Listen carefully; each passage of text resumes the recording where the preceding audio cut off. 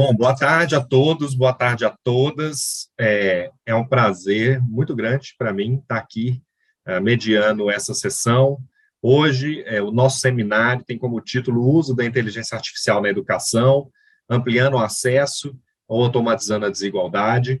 Né? Esse seminário faz parte do ciclo de seminários que precede, né, o seminário Humanidades, Inteligência Artificial, Democracia e Impactos Sociais, que será realizado pelo Centro de Inteligência Artificial da USP. Né? Essa é a última sessão que nós temos preliminar antes do seminário acontecer, então também é um prazer muito grande para mim ter a oportunidade de estar aqui nesse último momento antes do nosso seminário.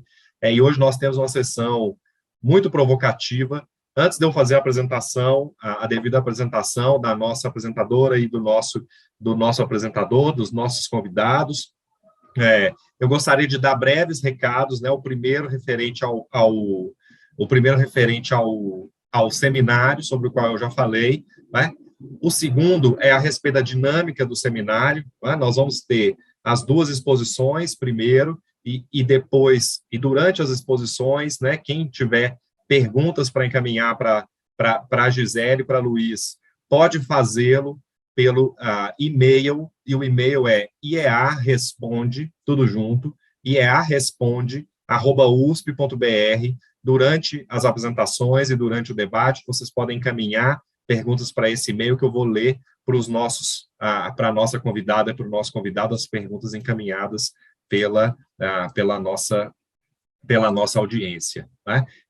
Eu queria, portanto, então, dados os recados administrativos, eu gostaria de começar com as apresentações, e antes de fazer as apresentações, eu gostaria de agradecer muito a Gisele e a Luiz pela disponibilidade, pela disposição em aceitarem o nosso convite para discutir esse que é um tema tão relevante, né, no campo da inteligência artificial, um tema muito, tem sido objeto de muitas pesquisas, um tema muito produtivo para pesquisa na área de humanidades e particularmente para mim, um tema muito interessante, porque é a minha área, né? Eu que sou sociólogo da educação, tenho um particular interesse pelo tema sobre o qual nós vamos conversar hoje com ambos, e eu queria começar introduzindo a professora Gisele, a Gisele Martins Ferreira. Ela é atualmente professora adjunta no Departamento de Educação da PUC-Rio, e suas pesquisas têm como viés seu interesse continuado na relação entre a tecnologia e o humano, inicialmente no contexto da música, e a partir dos estudos iniciados em 2003,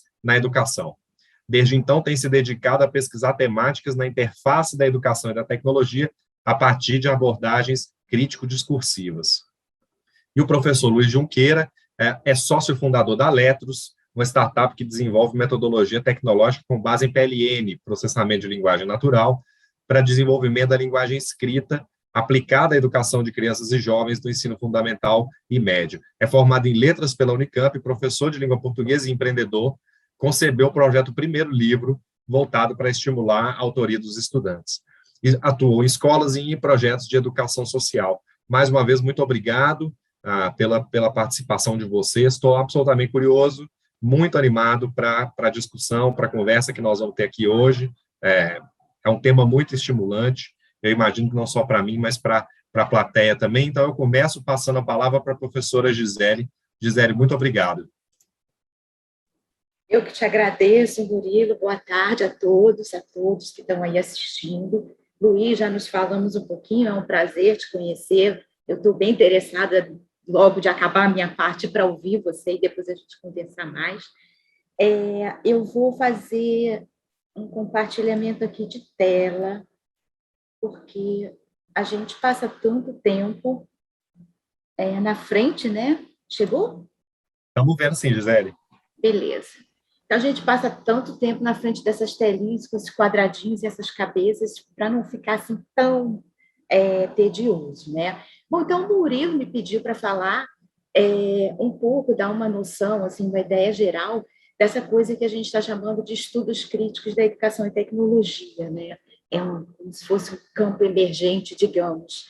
Mas, então, eu vou tentar fazer isso da melhor forma possível e vou fazer no finalzinho um gancho da minha pesquisa em cima de dados e inteligência artificial também, para ir passar a palavra para o Luiz, né? Bom, então, rapidamente, o que eu quero fazer aqui? Eu quero falar um pouco sobre essa ideia geral que é meio que senso comum do que é a tecnologia educacional. Vou lançar alguns questionamentos, mostrar algumas perspectivas desse campo emergente e falar, mostrar alguns exemplos, né? Eu acho importante demais sempre a gente discutir essa história desse dito senso comum, porque isso dá o tom, né, das conversas, dá o tom dos desenvolvimentos na indústria, dá o tom nas escolas, nas instituições educacionais e dá o tom também das políticas, né, das políticas públicas que têm a ver com tecnologias na educação. Bom, então, vamos começar. Eu acho que eu posso começar dizendo com segurança, né, que, em geral, as pessoas veem tecnologia com muito otimismo, né? Na educação, a gente fala de artefatos como formas de inovar, modernizar, criar interesse e engajamento, sobretudo das novas gerações, enfim. A tecnologia ela é vista como algo que, via de regra, vai melhorar as nossas formas de viver e trabalhar. Então, a gente fala com muito otimismo da cultura digital, da cibercultura, do ciberativismo.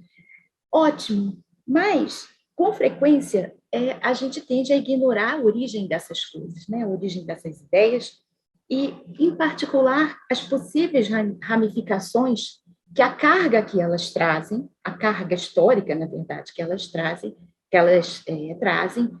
pode ter para a educação. Bom, então, nesse contexto de alegria, a gente encarou, começando no ano passado, a gente se deparou com a situação que a gente ainda está vivendo, né? Então, na educação, foi, e acho que continua a ser, um processo muito, assim, de distribuição de culpa, né?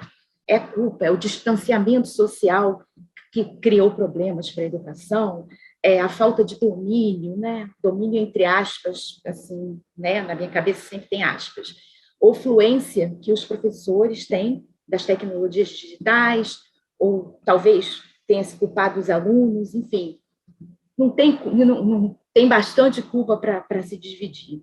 Mas talvez uma perspectiva mais sensata é que a pandemia tenha ao nos lançar em um contexto inesperado e inusitado, ela tenha revelado problemas que já existiam, né? E dentro desses problemas, que eu acho interessante mencionar, eu acho que está a questão de um caráter mítico que certas ideias relativas ao domínio ou fluência dos estudantes, dos jovens, né, com relação a mídias digitais. A minha experiência, pelo menos nesses semestres todos que a gente está online, é super consistente com o tipo de críticas que foram lançadas, vêm sendo lançadas a noções como nativos digitais, millennials, mais o que, não sei o que, no mundo anglófono, assim, há décadas já, né? Desde que apareceu a história dos nativos digitais em 2000, 2001. E, assim, os jovens têm usos, eles têm usos, porém limitados, né? E com muita frequência eles têm grande dificuldade em alargar os horizontes em relação a usos que estejam fora do cotidiano deles, né? Especificamente dentro da educação, fora do cotidiano e daquilo que eles esperam como cotidiano, né? Então, para falar um pouco de expectativas, que eu acho que estão até atreladas também àquela visão geral da tecnologia, eu quero mostrar para vocês uma imagem que eu adoro. Eu uso essa imagem muito para disparar discussões, né, sobre a relação professor, aluno, tecnologia, contexto, enfim. Na realidade, é uma imagem da virada do século XIX para o XX, tem toda uma história, né, por trás disso aí, mas, enfim, o que eu quero fazer com isso aqui? Apenas fazer algumas observações, né? Não é uma análise aprofundada. Algumas observações assim, que eu acho que vão ser interessantes, né? Professor, cadê o professor? O professor está ali numa posição de relativa superioridade em comparação aos alunos, né? Ligeiramente elevado, me faz pensar em salas de aula de escolas tradicionais com aquele tablado de madeirinha, né? Os degrauzinhos na frente. Os alunos parecem atentos, com os corpinhos enfileirados, né? Lado a lado enfileirados, devidamente silenciosos, devidamente inertes e devidamente disciplinados.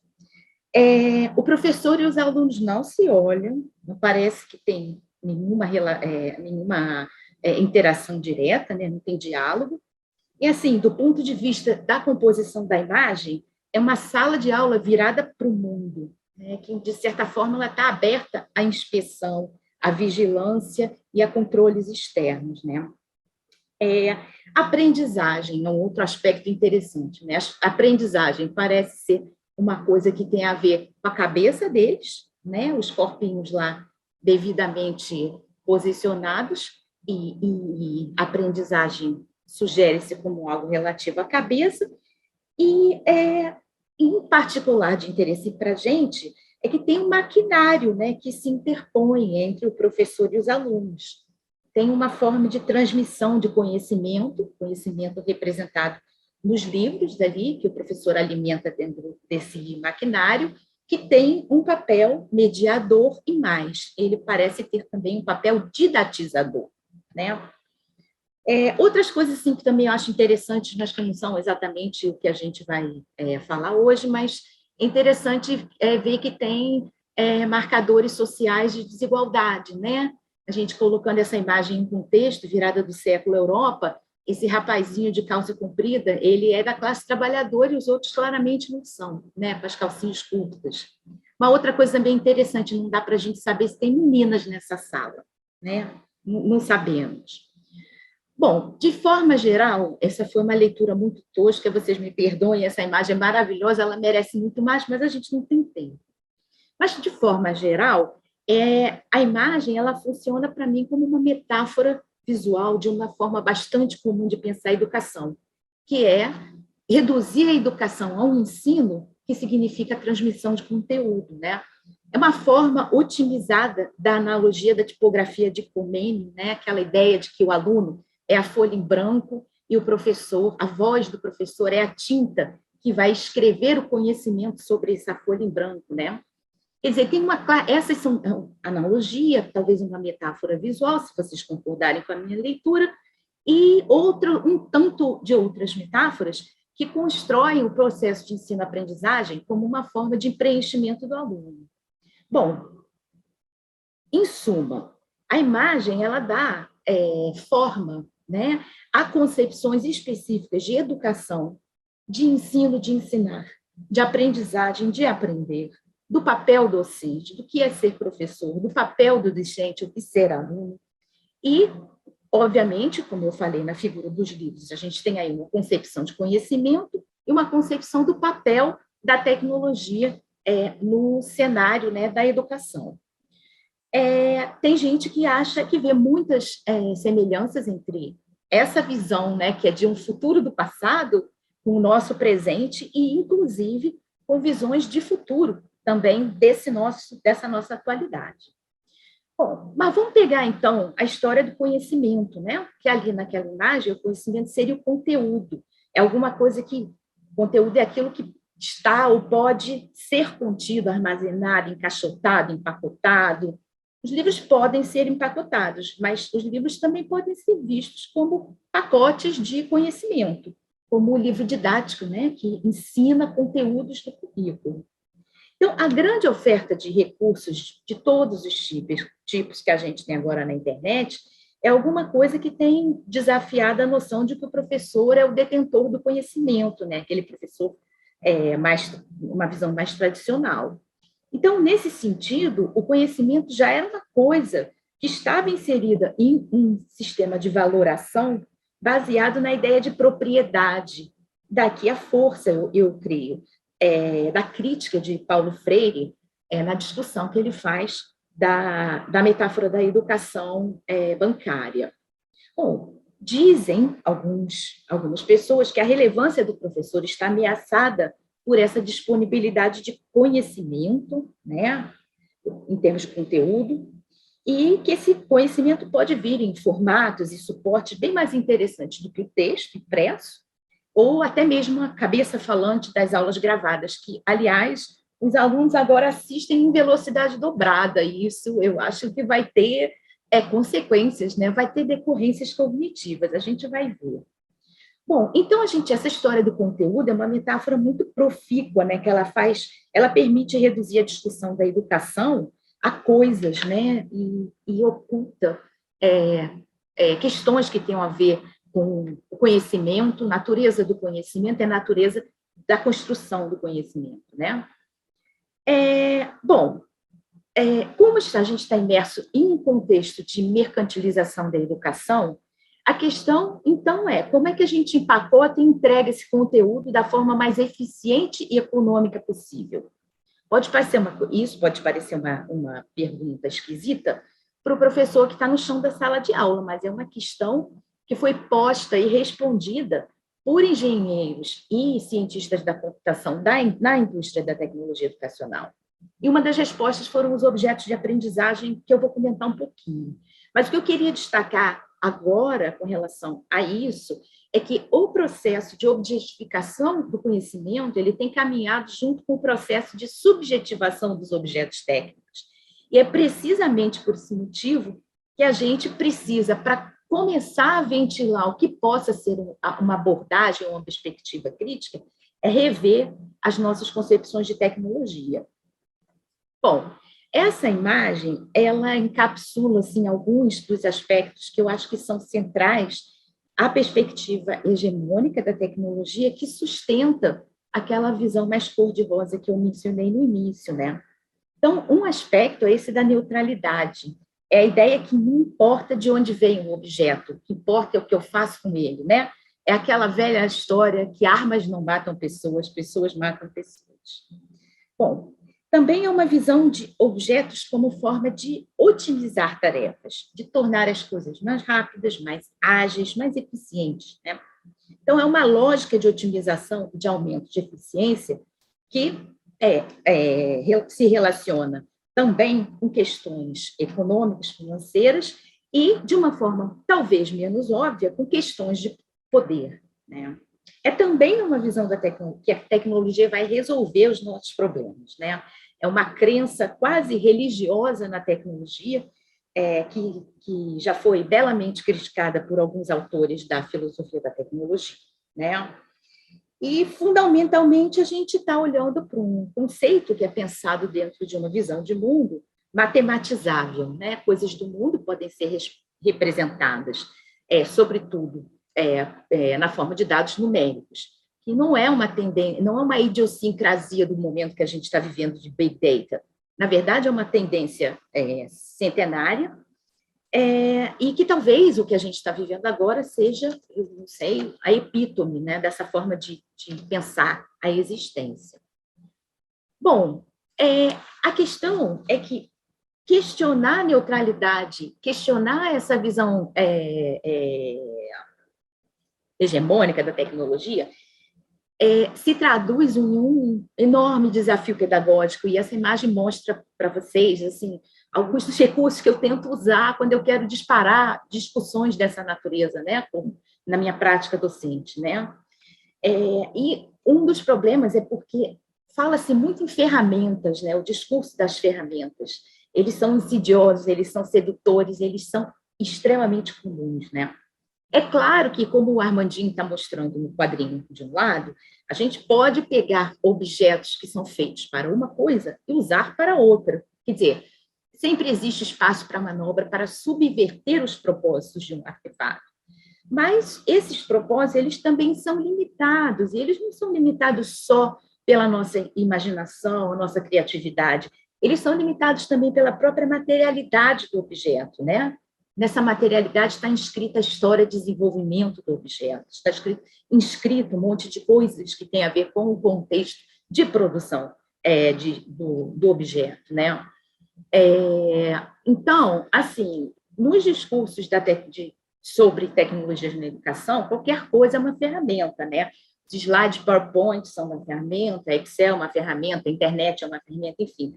Daqui a pouco, o metaverso do Zuckerberg vai ser a nova ferramenta, né, a nova grande ferramenta da educação, como foi assim uns 15, 20 anos atrás, o Second Life, que alguns de vocês talvez se lembrem, né? Até ainda existe isso, mas a hype que teve na época foi uma loucura, a grana que se gastou comprando terra dentro daquilo, uma loucura, né? Bom, mas as ferramentas, elas são coisas que são construídas para finalidades específicas. E essas finalidades, como eu disse, são concretizadas na materialidade, né, do artefato. Então, a cabeça do martelo ela tem que ser de um material pesado, material resistente, e as demandas que são postas para uso daquele objeto e que vão determinar a forma, os materiais e tudo mais na construção, né? Agora, os usos também serão limitados. Por exemplo, a chave de fenda, né? A chave de fenda é um exemplo que eu sempre dou, porque é eu ponho como um exercício para as pessoas pensarem o que você pode fazer com uma chave de fenda. Eu tenho uma listinha de 3 ou 4 coisas e eu não consigo sair disso. E é muito difícil alguém adicionar alguma coisa na minha listinha, né? Não é que... Então, não dá para a gente falar que a gente só tem que pensar os usos que são feitos do artefato. Os propósitos de design dos artefatos são essenciais. Então, aqui fica claro um problema com essa história da metáfora da ferramenta, é que ela tende a obscurecer os propósitos de design e construção. E, com isso, desresponsabilizam uma indústria e todos os atores que estão envolvidos na história de desenvolvimento daquele objeto, né? Também vale lembrar, né, aquele dito, né, que para quem só sabe usar martelo, tudo é prego. Isso também é uma outra questão que eu acho que tem peso, né? Porque a gente está falando de uma indústria, a gente está falando de negócios, né? E isso é uma coisa que tem peso, né? Eu lembro, assim, no início dos anos 2000, que a planilha de Excel é o grande barato para ensinar certos modelos matemáticos para alunos de engenharia. E a gente hoje pode rir dessa ideia, mas lá para trás era uma coisa séria e foi muito usado mesmo para esse propósito, né? E logo depois surgiu uma coisa como o Moodle, por exemplo, né? Naquela mesma época, que talvez, se não fosse uma coisa tão complicada de se instalar e gerir, né, sem ajuda especializada, tivesse sido a grande panaceia dessa educação remota que a gente está fazendo, né? E talvez ainda entre, né? Porque agora a gente está olhando para a educação híbrida, flex, educação líquida, também ouvi falar sobre isso, o que é que significa. Mas, então, a questão da tecnologia, eu já comecei a fazer alguns questionamentos que a gente precisa pensar a tecnologia para além de objetos que são dados, que são inevitáveis e que a gente só precisa se preocupar com o como da história, né? Como vou usar esses objetos? A gente tem que fazer outros questionamentos, porque, lembrando da imagem francesa, os elementos e os atores estão em relação dentro do contexto da educação. Então, a gente pensar só tecnologia isoladamente não vai abrir grandes horizontes para a gente tem que pensar fundamentos, a gente tem que pensar outras coisas, né? Em termos de educação e educar, né? A gente tem que pensar, estamos pensando tecnologia, mas também estamos pensando educar. Quem estamos educando, para que estamos educando, quem está educando, como está educando, todas essas questões são questões importantes, né? Para a gente sair dessa noção que educar foco apenas na aprendizagem, né? Que ensinar questão apenas de conteúdo, de transmitir conteúdo, e que aprender é só um processo puramente mental, né? Bom, e aqui entra a noção de crítica, né? É importante também, como há um senso comum ou formas hegemônicas de pensar tecnologia, há também formas gerais de pensar crítica, né? Ideias cotidianas, como algo que é destrutivo, algo que é, no máximo, denunciatório, né? Em termos acadêmicos, é claro, a gente tem muitas vertentes teóricas, muitas delas, na verdade, mais ou menos diretamente associadas a teorias marxistas e marxianas, mas todas têm algumas coisas em comum, que são esses pontos que eu numerei aí no slide, né?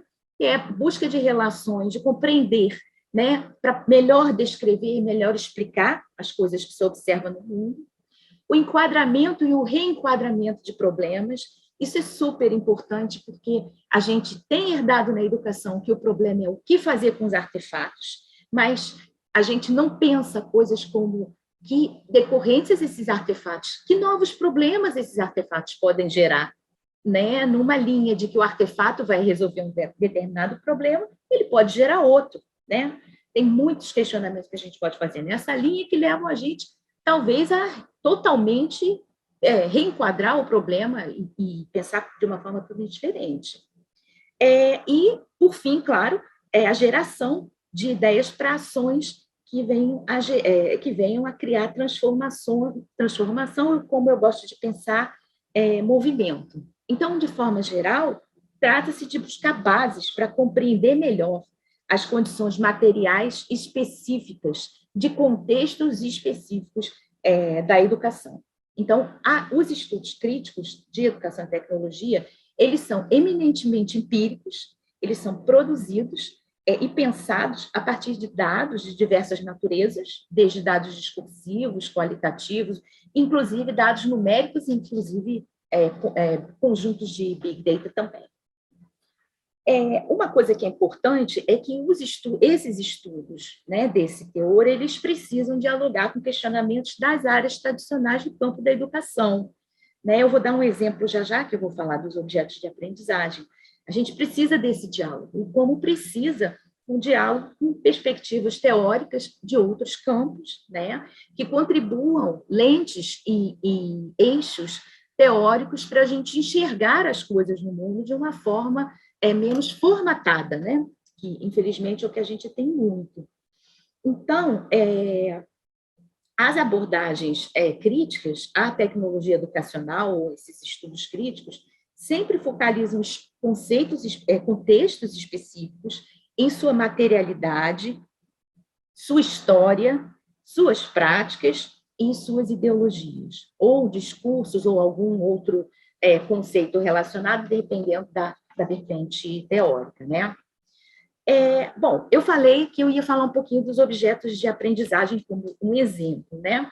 E eu vou falar, eu já comecei a falar de metáforas, porque metáforas são um dos meus eixos teóricos. Então, eixos teóricos dentro de uma abordagem discursiva de vertente britânica, que é o que eu tenho trabalhado. Mas essa ideia, então, dos objetos de aprendizagem, ela surgiu no final dos anos 90, e eles eram pensados, foram propostos, ainda são conversados, né, dessa forma, como recursos para aprendizagem que podem ser recombinados ou combinados com outros para satisfazer demandas curriculares de contextos diferentes dos contextos onde eles foram criados. Então, objetos de aprendizagem são recortes, né, para começar. Eles seriam recursos de naturezas diferentes, que podem ou não, é claro que hoje em dia tudo que a gente pensa, a gente já pensa computadores em rede, então a gente já pensa digital na internet, mas eles não precisavam ser. Texto, imagem, aplicativo, software, enfim. Qualquer coisa pode ser um objeto de aprendizagem. E a forma mais comum de pensá-los e propô-los é como peças Lego, né? E as peças Lego têm essa característica delas serem padronizadas, elas têm um sistema de encaixe. A gente pode construir diferentes objetos com elas, mas só dá para usar peças que encaixem uma nas outras, né? Então, teoricamente, o limite é dado pela imaginação de quem está construindo, mas talvez não, né? E uma outra metáfora, que está representada na segunda imagem, é menos frequente, que é a das peças de quebra-cabeça. Essas são mais usadas para falar dos recursos educacionais abertos, que são um conceito que é historicamente ligado aos objetos de aprendizagem, mas ele tem um caráter político mais claro, na verdade. Mas a ideia é mais ou menos semelhante, né? São peças que se encaixam para formar um todo, né? Só que, especificamente, as peças do quebra-cabeça, elas formam um todo que já é pré-quebrado, é pré-fragmentado. Não dá para construir uma coisa diferente com um conjunto de peças de quebra-cabeça, né? A gente vai construir a imagem na capa da caixa, e vai tentar construir sem a capa, a gente vê como é difícil, né? Montar. Mas essa ideia, né, em geral, é uma lógica, né, que está muito ligada com alguma coisa que aconteceu na computação. Na verdade, os proponentes dos objetos de aprendizagem eram da computação, e a ideia é muito parecida com a ideia de programação orientada a objeto, que é uma coisa assim, se a gente pensar que um sistema de software é uma coisa super complexa e que tem funções que são sempre repetidas, por exemplo, abrir uma janela, todo software tem que abrir janela. Então, para que toda vez já vai ter que ser programada aquela função? Não. Programa-se aquela função uma vez, encapsula-se aquilo numa biblioteca, e aí depois os programadores podem só lá e reusar sem ter que reescrever. E aí vem a nossa história, né? a nossa ideia de eficiência, né? Nesse caso, eficiência a partir da padronização. Essa lógica é uma lógica da programação, e ela funciona na programação, ela funciona na engenharia, mas ela foi transferida muito literalmente para a educação via tecnologia educacional, que na época era uma iniciativa principalmente, né, de pessoas da área técnica, né, e eram homens, eram brancos do mundo anglo-saxão, também tem esse aspecto. Mas essa lógica foi transferida para pensar o livro-texto, né? E uma das partes do argumento original é que o livro-texto é um objeto central na educação superior nos Estados Unidos, é um bicho caríssimo, né? Então, a ideia é, se for possível, substituir essas coisas que são muito caras por coisas que a gente possa pegar, escolher daqui e tal, por menos custo, então já terá valido a pena. Sim, é uma boa ideia, né? Talvez, mas isso é uma ideia a padronização é uma faca de dois gumes, né? Essa lógica foi aplicada, então, nos livros-texto, depois nos recursos educacionais abertos, né? E aqui o problema, assim, é que essas metáforas, elas têm premissas que ficam obscurecidas, né? Então, é a ideia de que o conhecimento é algo universal, que ele pode ser fragmentado, ele pode ser dividido, empacotado e recombinado de alguma outra forma, como seriam essas peças, né? E se a gente pensar que a gente tem aqui escondido uma metáfora de currículo, né? O currículo seria uma coisa padronizada, que não tem conexão com realidades e com formas de conhecimento local. Então, e uma outra coisa que essas metáforas também fazem é que elas, quando focalizam conteúdo, elas eliminam do cenário os atores principais do nosso drama, que são os professores e os alunos. É uma coisa que a metáfora do que o Paulo Freire critica da educação bancária, pelo menos não faz, né? A gente ainda tem os atores ali. E agora, para começar a fechar, porque eu acho que eu já me perdi um pouquinho no tempo aqui, tá? Ainda tem tempo, Murilo? 5, beleza. Falar um pouquinho sobre grandes dados, né, e Big Data, inteligência artificial, que são as bases de uma coleção de propostas da indústria, né, de tecnologia educacional, e que também tem umas especificidades muito interessantes de linguagem, né? E, assim, essas coisas são importantes, interessante e importante a gente compreender a linguagem que é usada para falar dessas coisas, porque essa linguagem ela orienta aquilo que é feito em termos de desenvolvimento, em termos de políticas. Então, é importante a gente entender como essas coisas estão sendo construídas, né?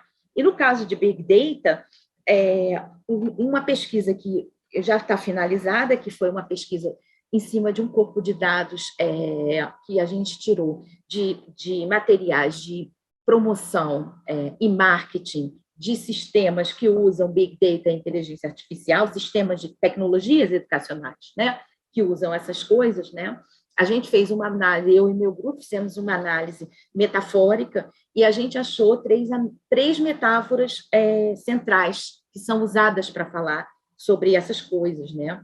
E uma é a da ferramenta, que tem aqueles problemas que eu já mencionei. Outra é dos dados como recursos naturais, quer dizer, eles existem, eles só precisam ser coletados, eles não são construídos, né? Que é um problema. A gente, nas ciências sociais e humanas, a gente, às vezes, se divide em falar sobre coleta de dados e produção de dados, né? Porque tem uma questãozinha aí sobre o que seria esse natural, né? Mas os dados são na Big Data, tem sido naturalizado, e, por fim, aí associado com técnicas de inteligência artificial, tornaram-se um sujeito. É um sujeito muito especial, porque é um sujeito que ele é objetivo, é um sujeito que ele é praticamente onisciente, né? Ele escapa das imperfeições humanas. São coisas assim incríveis que são ditas. Eu vou pular os exemplos que eu tinha aqui de linguagem só para a gente fechar, né?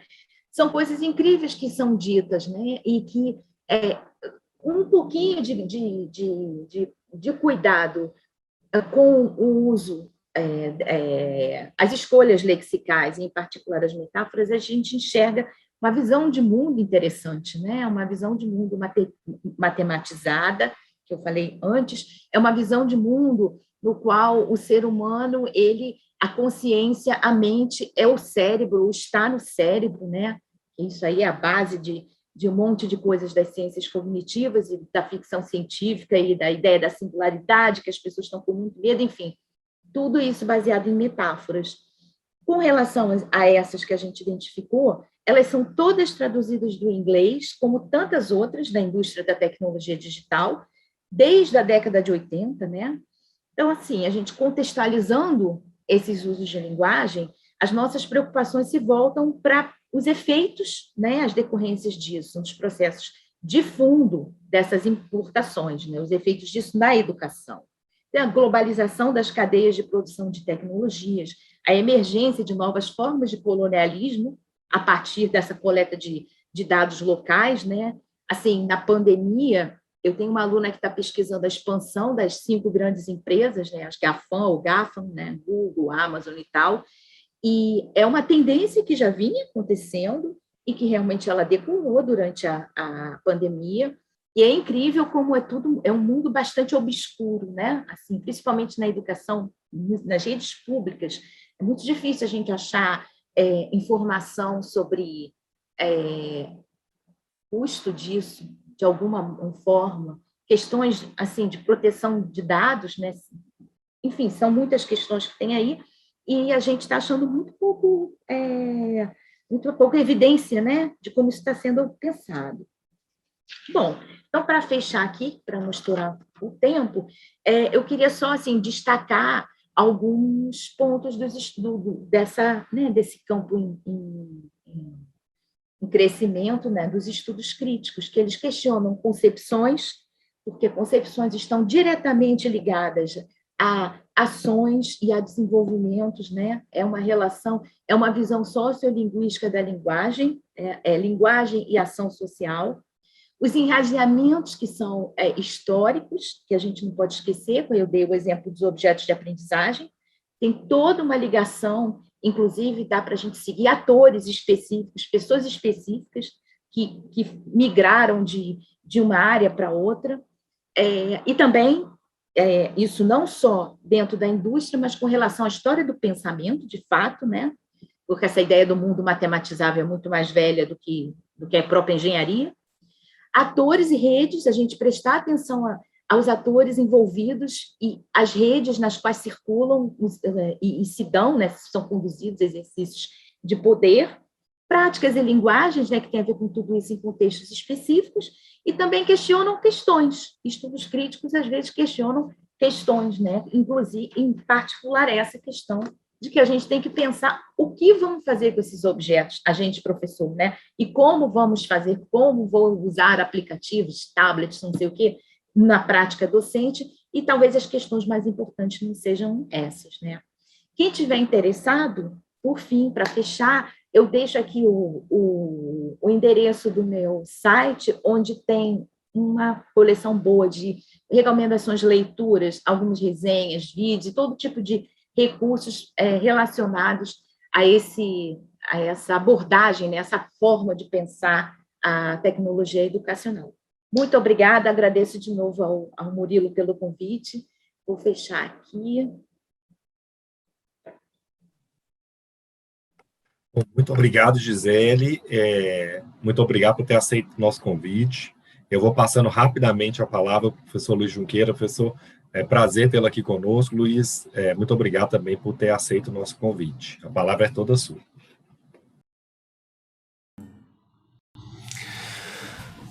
Primeiro, muito obrigado pelo convite, por participar de um evento tão necessário para aprofundar o debate mesmo, né, sobre inteligência artificial e seu lugar na sociedade. Eu fico muito honrado com este convite, porque eu sempre tive um respeito profundo por pesquisa e pela academia. Acho importante ressaltar que meu lugar de fala não é acadêmico. Eu fui professor de língua portuguesa, ensino fundamental e médio. Hoje sou empreendedor, então eu represento uma instituição privada que atua em educação, mais especificamente no desenvolvimento da linguagem e, consequentemente, do letramento, que é a Letros. Então, a organização do meu discurso aqui parte de uma implementação prática, né, e parte de uma perspectiva do desenvolvimento da linguagem. Primeiro, então, quando eu penso em linguagem artificial, eu estou com um foco muito grande no desenvolvimento da linguagem. E daí a gente vai para uma entranha, né, dos sapiens. Há um lado de compreensão da linguagem que reflete uma imagem mental de uma entidade meio que onipresente, né, tipo, que contempla a nossa espécie de existir. Acho que em dois movimentos, assim, no fundo, tipo, um movimento de fora para dentro, de interpretação, interpretação do texto, das mensagens, das vozes do mundo, e tem um movimento que é de dentro para fora, né, que é de expressão, de lugar de fala, de propulsão de ideias, de comunicação. Tipo, e os humanos, eles não conseguem escapar dessa entidade, né? Assim, tipo, você pode se libertar de ideologias políticas, dá para redirecionar sistemas econômicos, dá para escolher espiritualidades, mas não dá para fazer isso sem interpretar, né? Sem ler, sem ouvir, sem receber mensagens, e também não dá para fazer isso sem se expressar, né? Sem falar, sem escrever, sem, no fundo, nem pensar, né? Assim, então, a linguagem é um território que compreende meio que a nossa identidade, né? Tipo, como espécies integrantes de uma família. Acho que é legal olhar para a linguagem também como uma imagem mental de uma espécie de atmosfera, né? Assim, tipo, como uma espécie de manto que cobre a realidade, o espaço que permeia as conexões que a gente faz. Então, nesse universo em que utilizamos a linguagem, ela assume diferentes funções. Ela pode servir à comunicação, ela pode servir à estruturação das ideias, ela pode servir para ligar interfaces, ela pode servir para múltiplas finalidades. Então, ela seta os fluxos que a nossa mente funciona, né? E a linguagem faz parte, né? Tipo, dá para olhar para a linguagem como uma espécie de atmosfera. É importante trazer a perspectiva de que a linguagem é um encadeamento infinito de símbolos. Ela liga símbolos de acordo com dentro de acordos culturais, né, que se estabelecem entre os seres humanos e que garante a comunicação das ideias. A gente percebe evidências deixadas pelos objetos que nos cercam, a gente liga essas evidências, a gente forma ícones associando diferentes representações, tipo a cruz com Jesus, né, a foice e o martelo, e a gente, tipo, acorda culturalmente conjuntos de significados e se expressa ligando-os e criando novas na medida que o tempo passa, né, assim. Então a gente faz isso com a linguagem ao infinito e além, e é um traço bem distintivo da gente. E ela se manifesta dentro de uma estrutura, tipo, ela tem uma gramática. Não uma gramática de certos e errados, que a gente costuma usar nas escolas do ensino básico, mas é um conjunto estruturado de regras que define o nosso frame de se relacionar com os símbolos. Ela se manifesta através de sujeitos, objetos e ações. Ela organiza sintagmas com recorrência e com forma definida. Então, ela delimita o paradigma de conexão dos símbolos. Então, ela é uma estrutura definida, com fronteiras que nos limitam, e o seu uso permite uma utilização infinita de possibilidades, né? Tipo, fazendo uma comparação um tanto quanto genérica, assim, perfeita, bem grosso modo, ela é como um jogo de xadrez, né? Tipo assim, tem uma estrutura definida, a gente tem lá 64 casas, tem os elementos com funções diferentes que acontecem dentro de um contexto definido, mas cujas possibilidades são infinitas, né? Então, cada movimento possibilita um novo movimento e conforme as peças avançam, as possibilidades aumentam em progressão geométrica, né? Então, dentro de um universo que tem regras estabelecidas, há possibilidades de ação que tendem ao infinito. A linguagem é uma estrutura que nos limita ao infinito. Beleza. Então, dentro desse contexto, no lugar de falar parte dessas concepções de linguagem, a inteligência artificial, né? Tipo, quando parto minha reflexão a partir desse universo da linguagem, a inteligência artificial é uma tecnologia inventada, mais ou menos como a própria escrita foi há 5.500 anos atrás, aí aproximadamente. Inventamos as letras, os pictogramas, os fonemas, os alfabetos, né? Então, no fundo, criamos um grande sistema de processamento de informações que externaliza, né, tipo, dos nossos sentidos, que externaliza das nossas ideias o conhecimento de forma geral e se coloca em outro suporte, né, em forma de dados. E interpreta essa invenção tecnológica dentro de um movimento em direção à ampliação do acesso, né? Assim, aqui explicitamente debatendo com o tema do nosso encontro. Então, a ampliação do acesso pode se tornar mais ou menos veloz, né, dependendo das estruturas sociais que alimentamos no seu entorno. Ela pode ficar restrita ou pode se expandir, dependendo aí do grau de liberdade que a sociedade tem para utilizar, para estudar, para criticar e implementar para atingir novos domínios, assim, no fim das contas. Então, existe um movimento aí, é um movimento que, tipo, primeiro, ela habita um lugar que é mais remoto, que é mais manufaturado mesmo, mais ligado à construção por mãos, é mais trabalhosa, mais custosa e pode seguir em uma direção de expansão territorial, aumentando o acesso, se tornando menos custosa e menos restrita. E esse é um movimento que tende a ampliar o conhecimento, né, fazer um conjunto de informações girar em esferas cada vez maiores e tende a perdurar no tempo. Então, eu estou aqui muito com a escrita, né, fazendo um paralelo entre escrita e inteligência artificial. Eu gosto de fazer o paralelo de inteligência artificial com a escrita porque a escrita se mostrou uma invenção tecnológica quase que perene na sociedade. A gente está falando aí de uma prática milenar.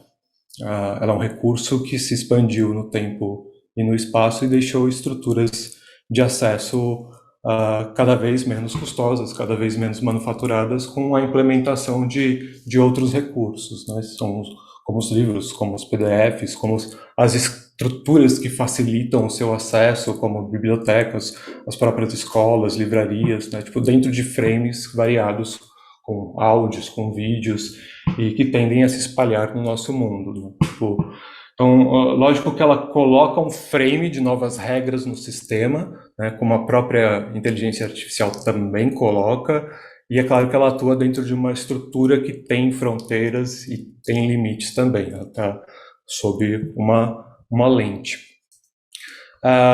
Bom, trazendo esse debate para o contexto da educação, e sob o meu ponto de vista de desenvolvimento da linguagem, a gente pode observar dois grandes grupos de habilidades, né, tipo a escuta e a leitura dentro do domínio da interpretação, e a fala e a escrita dentro do domínio da expressão. E o contexto escolar que se propõe a desenvolver de forma progressivamente melhor as habilidades das futuras gerações, uma série de inovações, invenções tecnológicas vão se apresentando e se incorporando ou não ao sistema, né? Tipo, da mesma maneira, de uma forma mais ou menos veloz, dependendo aí das estruturas sociais que a gente habita. Então, tipo, por exemplo, né, assim, criamos um sistema de avaliação, de diagnóstico para mensurar os níveis de habilidades dos nossos estudantes. Por exemplo, a habilidade de leitura de um texto, né, tipo de interpretação. A gente vai buscar evidências, sobretudo a partir de alternativas, né, tipo de múltiplas escolhas, que indicam uma resposta correta. Se o estudante compreendeu uma informação explícita no texto, se o estudante compreende quais são as regras principais do gênero que aquele texto se situa, se ele percebeu a principal temática, se ele consegue inferir informações implícitas do texto, se ele domina determinado repertório lexical. Então, existe um sistema de avaliação que se coloca progressivamente no fluxo histórico, que começa também bem manufaturado, né? Tipo, as múltiplas escolhas elas vão virando alternativas que a gente coloca bolinhas pretas, que a gente pinta no papel, né? Depois a gente vai construindo, né, tipo, do lado dos professores, uma máscara, né, tipo assim, então a gente pega as respostas dos alunos de múltiplas escolhas, cria uma máscara que a gente vai fazer com que o processo ele se torne ali mais ágil. Depois a gente passa a construir heurísticas para detectar os quadradinhos que a gente preenche e transforma para a esfera digital. É mais ou menos como hoje acontecem com grandes concursos, vestibulares, de acesso à universidade, mercado de trabalho, né? E depois a gente passa diretamente a coleta para um aplicativo, né? Seja no celular ou no computador. O que acontece é um movimento que transforma a coleta de dado anteriormente de forma manual, tanto a fonte do aluno como a grade dos professores, em um dado puramente digital. E uma vez que a gente faz isso, a gente começa a acelerar um processo de devolutiva para que aquele diagnóstico que no início precisaria de uma contagem manual para compreender quais foram as múltiplas escolhas que os alunos fizeram, para então ir progressivamente acoplando ferramentas tecnológicas que agilizam o processo num primeiro momento. Tipo, a lousa é uma invenção tecnológica, o apagador, o giz, né? Tipo, se ontem a gente conseguia, através de processos manuais, entregar resultados de devolutiva depois de uma semana de trabalho, de um mês dentro de sala de aula, ou no caso de avaliações de grande escala, um ano, como são os microdados do Enem, hoje a nossa sociedade está num estágio de agilidade que a gente consegue fazer esse processo ser entregue exatamente no mesmo momento. Tipo, mais precisamente assim que o estudante clica ou toca numa resposta. A evidência já vai ser guardada no banco de dados e, consequentemente, modelada para fazer algum tipo de devolutiva. Pode ser uma aferição, pode ser um comentário, pode ser uma crítica em cima daquela ação, especificamente. E a inteligência artificial, ela começa a entrar num ritmo de desenvolvimento mais alto quando a quantidade e a variedade de dados começa a se tornar complexa, né? Assim, então, isso a gente, tipo, esse exemplo está olhando para um ambiente de múltipla escolha, né? Tipo, agora imagina diagnosticar um texto, né? Tipo, como exemplo, eu vou pegar uma estratégia tradicional de diagnóstico, o Enem, por exemplo, né, a base do Exame Nacional, que tem uma avaliação voltada para textos dentro de um gênero textual, avaliada seguindo 5 competências diferentes, colocadas aí em uma gradação, identificadas em diferentes níveis. Esse é um método tradicional de diagnóstico e avaliação de textos, né? Aí um professor vai ler, né, tipo, o texto, vai buscar evidências, vai fazer o depara para a competência avaliada, vai traduzi-la em um nível, seguindo uma estrutura objetiva e necessariamente subjetiva também, né? Não só porque trechos são passíveis de interpretações distintas, mas também porque nós, seres humanos, somos propensos a uma série de emoções e sentimentos no processo, né? Tipo, podemos fazer atividade com fome, com raiva, com preguiça, com pressa. E hoje a gente dá credibilidade a esse sistema colocando sempre mais um professor que passa pelo sistema de avaliação, e se há discrepância de notas, que é um fato bastante comum, ele vai para um terceiro avaliador e assim sucessivamente, né? Tipo, mas tipo, se a gente imagina o desenvolvimento de uma inteligência artificial nesse mesmo processo, né? Tipo, um processo que tende do manual para o digital e tende a encurtar o tempo da captação de dados, tanto da fonte como da avaliação em si, né? Tipo, nessa base de movimento, tende a captar cada vez mais novas variáveis, né? Tipo, e essas variáveis começam a virar uma nuvem de atributos, né? Tipo, ela capta evidências tanto da estrutura macro de um texto, né? Assim, desde número de caracteres, tamanho de palavras, variedade das palavras, a quantidade de vírgula por sentença, quantidade de sinais de pontuação. Ela capta evidências no nível morfológico, né? Tipo, então, quais são os adjetivos, quais são os pronomes, os artigos, os substantivos e qualquer entidade nomeada. A gente pode criar entidades nomeadas, né? Tipo, captar marcadores de proposta, contextualizações históricas, agentes sociais, qualquer categoria que o ser humano queira caracterizar. Tipo, ela capta árvores sintáticas, né? Funções que as palavras adquirem nas sentenças que a gente escreve. Ela começa a visualizar regras e tendências do texto que nós, seres humanos, somos incapazes de visualizar por não termos um sistema lógico, né, que seja capaz de captar razões de sistemas complexos com múltiplos atributos no nosso cérebro.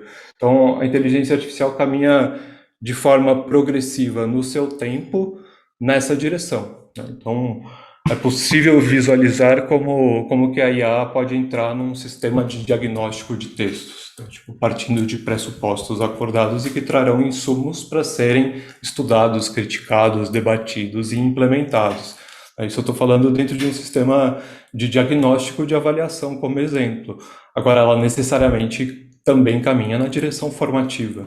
As evidências encontradas podem ser modeladas com iluminações e exemplos para que o aluno possa se repertoriar. Ela pode ser modelada para fazer um comentário geral sobre as principais evidências encontradas no texto. Ela pode varrer a modalidade culta da língua.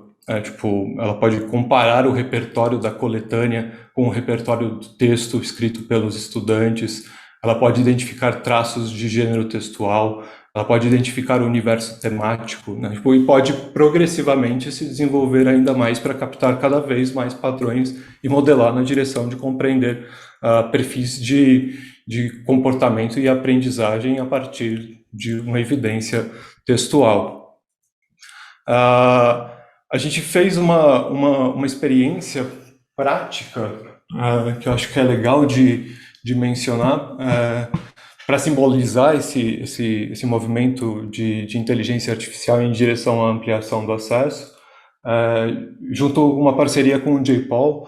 O J-PAL é um instituto super interessante, né? Tipo, ele foi fundado em Massachusetts há quase 20 anos já, dentro do MIT, como um centro de pesquisa direcionado para avaliações de impacto, né? Em que há necessariamente dois movimentos, né? Tipo, um de implementação de sistemas que se propõem a reduzir a pobreza de um lado e outro de análise científica externa que busca evidências, né? Tipo, eles se tornaram uma referência global aí, já quase 2 décadas de atuação. Já tem pesquisas rodadas aí em mais de 80 países. Índia, Quênia, Zâmbia, China, Chile. O Brasil, eu represento a implementação que a gente fez no Brasil, no estado do Espírito Santo, com estudantes do 3º ano do ensino médio, em escolas estaduais. Mas é um instituto aí que já tem quase 1.000 pesquisas abertas em avaliações feitas e um aprendizado muito, muito grande para a sociedade, que une o pensamento crítico, analítico com experiências de implementação de fato. Aí foi em 2019, né, tipo, a Esther Duflo, o Michael Kremer, eles receberam o Prêmio Nobel de Economia pela metodologia mesmo, que alinha uma implementação e uma pesquisa que busca evidências, né, tipo, e que através dessas evidências dá para perceber, de fato, redução da pobreza. Aqui, né, tipo, no nosso caso, tipo, é uma parceria com uma trinca de pesquisadores que foram da Fundação Getúlio Vargas, e a gente implementou um programa que embute inteligência artificial no processo diagnóstico e formativo dos textos escritos pelos estudantes. E criamos um sistema de compartilhamento de informações com professores e gestores de 11 superintendências de ensino espalhadas pelo pelo Estado. O método científico de acompanhamento já é bem conhecido da academia, tipo, de divisão de grupos de tratamento, de grupo controle, avaliações externas ao programa implementado. Um foi desenvolvido pelo CAED, da Federal de Juiz de Fora, o outro baseado nos próprios microdados do INEP, né, Instituição Nacional.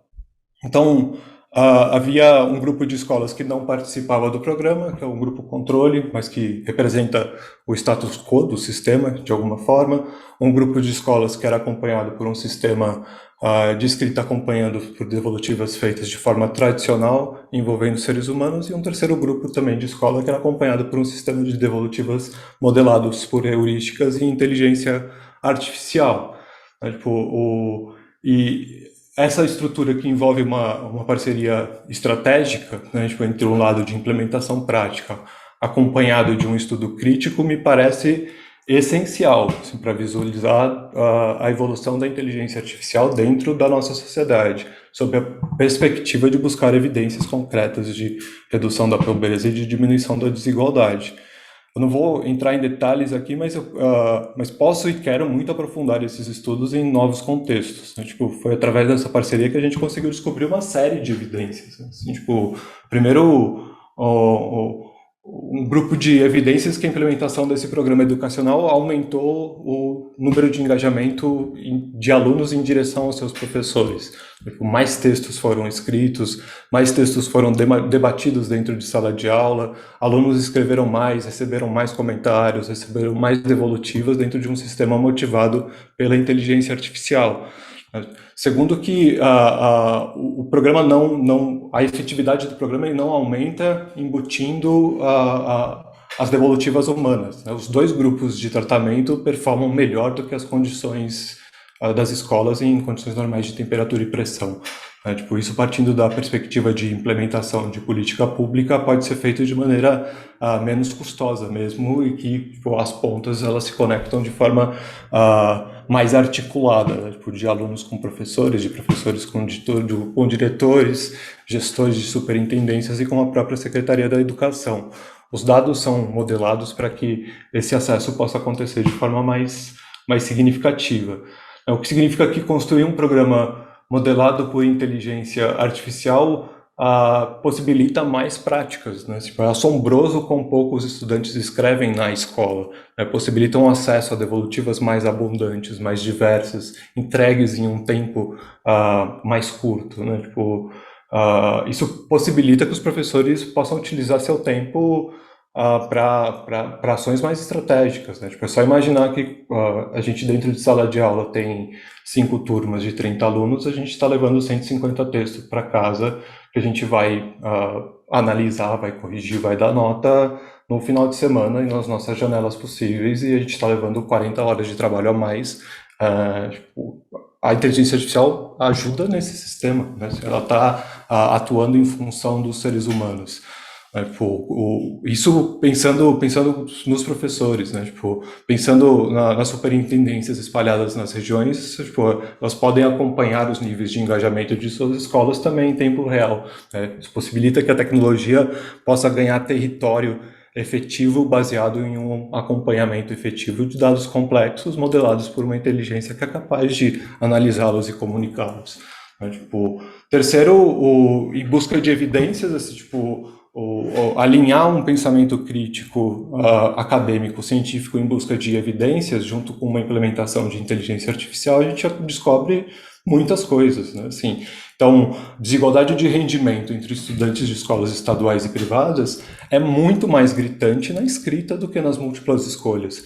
Tipo, historicamente, os microdados deixam essas evidências. Tipo, as múltiplas escolhas evidenciam aí um gap entre esses estudantes de mais ou menos 15% a 20%, e quando a gente está falando de escrita, esse gap aumenta para 40%.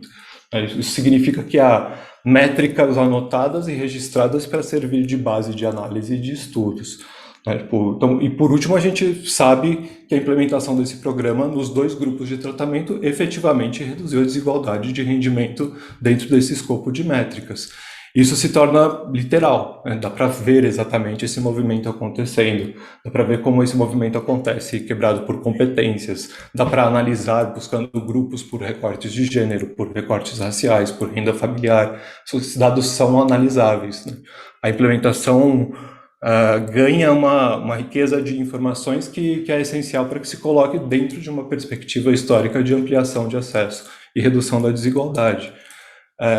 E não é a implementação de um sistema absoluto e infalível, né? Esse sistema tem falsos positivos, a IA não vai reconhecer determinados padrões, a IA vai se utilizar de uma base comparativa humana que também é enviesada, né? Mas a perspectiva analítica e crítica é o que eu considero essencial para a implementação e para a sua consequente evolução do sistema. A gente tem evidências do que não funcionou, né? Tipo, isso é importantíssimo, ter evidências do que não funcionou. Geralmente nas práticas educativas, a gente não sabe direito, tipo, analisar o que efetivamente não está funcionando, né? Tipo, e talvez isso seja até mais importante, porque a gente tem acesso para aquilo que pode melhorar, né? Tipo, atividades podem ser simplificadas, frequências podem mudar, novos tipos de insumos podem acontecer, o programa pode melhorar para alguns grupos com determinados perfis. Então, a questão é que o movimento da IA na educação ele vai acontecer, né? Tipo, do ponto de vista de avaliação nacional de múltiplas escolhas e textos, vai acontecer, do ponto de vista de formativo e acompanhamento com os estudantes, vai acontecer, do ponto de vista de captação de perfis, vai acontecer. O importante é como a gente arquiteta essas implementações que sejam motivadas e acompanhadas por uma inteligência científica associada a uma inteligência prática de atuação dentro de um cenário, de um contexto político de decisão que pode refrear ou acelerar o sistema.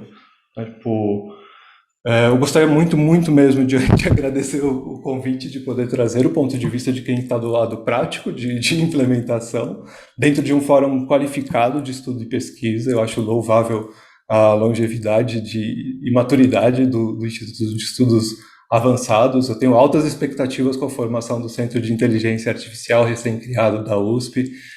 Eu gostaria de me colocar à disposição para aprofundar o debate. Eu pincelei um movimento em direção a textos, mas estamos falando de macrohabilidades que vão para modelagem de voz, vão para modelagem de leituras, vão para captação de procedimentos e perfis, que eu particularmente adoro e ainda é pouco debatido. Estou à disposição para pensar em novas estratégias de implementação, para aproximar o mundo da educação ao mundo da pesquisa. Eu tenho para mim que a tecnologia amplia o acesso e pode combater a desigualdade por estratégias como essa, de trazer debate, pensamento analítico, foco em evidências e modelos práticos. Muito obrigado pelo convite. Muito obrigado, Luiz. Foi um prazer te ouvir também, né? Nós ficamos muito felizes também com a oportunidade de poder contar com perspectivas diversas e, ao mesmo tempo, contemporâneas e conviventes, né? No nosso momento histórico, né? Eu tenho aqui, eu recebi uma questão direcionada pela plateia, e eu tenho uma questão que eu gostaria de ouvir, como que vocês reagiriam a ela, né? Na verdade, eu quero ouvir vocês a respeito dessa questão. Eu sei que vão vir perspectivas diferentes sobre a questão, e é exatamente isso que eu quero ouvir, né? Principalmente porque Gisele fala de uma perspectiva mais fundamentada em instituições acadêmicas, né? Tem uma trajetória profissional de pesquisa na área, e Luiz é uma pessoa mais inserida no mercado, tem uma atuação profissional mais voltada para o mercado. Então, acho que vai ser muito legal poder pensar essa pergunta a partir dessas perspectivas distintas que vocês representam, né? Então, uma coisa que vem me mobilizando muito, eu enxerguei muito isso na fala de vocês, né? O problema ou a questão da construção social da automação algorítmica, quando a gente está falando especificamente de tecnologias de inteligência artificial, não é? E a maneira como diferente do martelo, diferente de outros artefatos, né? Elas não têm o mesmo nível de, como é que eu vou dizer? Não tem o mesmo nível de transparência, vamos dizer assim, né? Não é difundido na população como um todo, né? Os mecanismos que explicam o funcionamento, né? A operação desse tipo de artefato, né? Para usar o conceito em voga, né? Então, nesse sentido, me parece muito central, cada vez mais central, a gente pensar, cada vez mais relevante, a gente pensar esse problema, né, da construção social, da automação algorítmica, da constituição de certas elites linguísticas, em um certo sentido, né, que são aqueles que programam, aquelas que programam, né, aquelas que produzem os artefatos e operam e promovem a operação desses mecanismos de automação que são conhecidos popularmente como caixas pretas, né? Eu acho que isso não é um acaso e eu acho que isso é uma questão muito importante, né? De ser a respeito da qual a gente deve refletir. Então, eu queria ouvir de vocês. Eu acho que a gente pode avançar muito, né? Na minha visão, a gente pode avançar muito do ponto de vista do controle social da elaboração desse tipo de mecanismo, né? E eu queria ouvir de vocês, né? Me parece ser tudo ainda muito selvagem, né? Nesse mundo e ainda eu acho que a gente está para avançar muito em entender, né, a lógica social que opera da definição desses segmentos sociais, desses grupos sociais, né, e nas possibilidades de exercício de controle social sobre a operação desse tipo de mecanismo. Então, eu queria ouvir de vocês um pouco como que vocês veem. Luiz, que está numa certa posição no campo, e Gisele, que está em outra posição no campo, como que vocês veem essa questão, esse problema, né? Quem são essas pessoas que vocês vêm programando, que extrato social, de que extrato social a gente está falando, de que tipo de representação